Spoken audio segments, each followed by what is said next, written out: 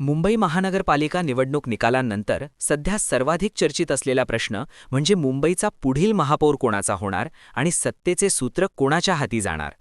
कारण देशातील सर्वात श्रीमंत महानगरपालिका असलेल्या बृहन्मुंबई महानगरपालिकेचा महापौर हा केवळ प्रशासकीय पद नसून मुंबईच्या राजकारणातील अत्यंत प्रभावी सत्तास्थान मानला जातो.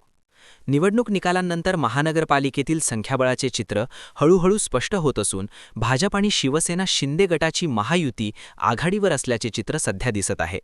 जर या युतीकडे स्पष्ट बहुमत असेल तर मुंबईचा महापौर महायुतीचाच होण्याची सर्वाधिक शक्यता वर्तवली जात आहे.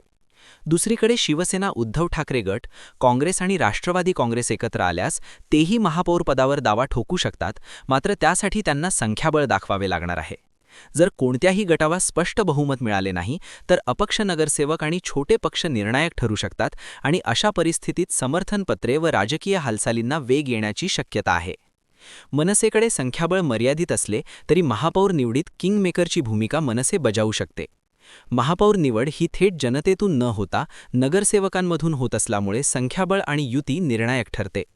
या निवडीचा थेट परिणाम मुंबईच्या कारभारावर आणि आगामी राजकारणावर होणार असून सध्या बंद दाराआड बैठका आणि चर्चा सुरू आहेत. त्यामुळे सध्याच्या राजकीय समीकरणानुसार मुंबईचा महापौर महायुतीकडे जाण्याची शक्यता अधिक मजबूत मानली जात असून अंतिम चित्र अधिकृत निवडीनंतरच स्पष्ट होणार आहे.